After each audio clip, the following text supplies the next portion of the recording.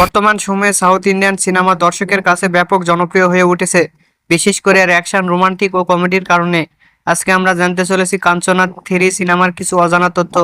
এই সিনেমার বাজেট কত, রিলিজ হয়েছে কবে, পরিচালককে, সঙ্গীত পরিচালককে, এমনকি হিট হয়েছে নাকি ফ্লপ হয়েছে, সবই জানাবো আজকের এই ভিডিওতে। সুতরাং ভিডিওটি অবশ্যই শেষ পর্যন্ত দেখুন। প্রথমে আসি পরিচালকের কাছে। এটি পরিচালনা করেছেন রাঘব লরেন্স এবং মিউজিকে আছেন থমনেস। এটি প্রযোজনা করেছেন সান পিকচার, রাঘবেন্দ্র প্রোডাকশন।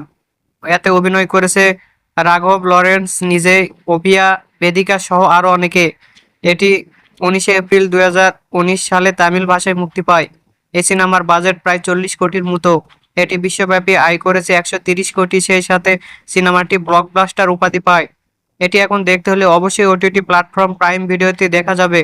খুব সম্ভবত এই সিনেমার আরও পরবর্তী পার্টগুলো আসতে পারে।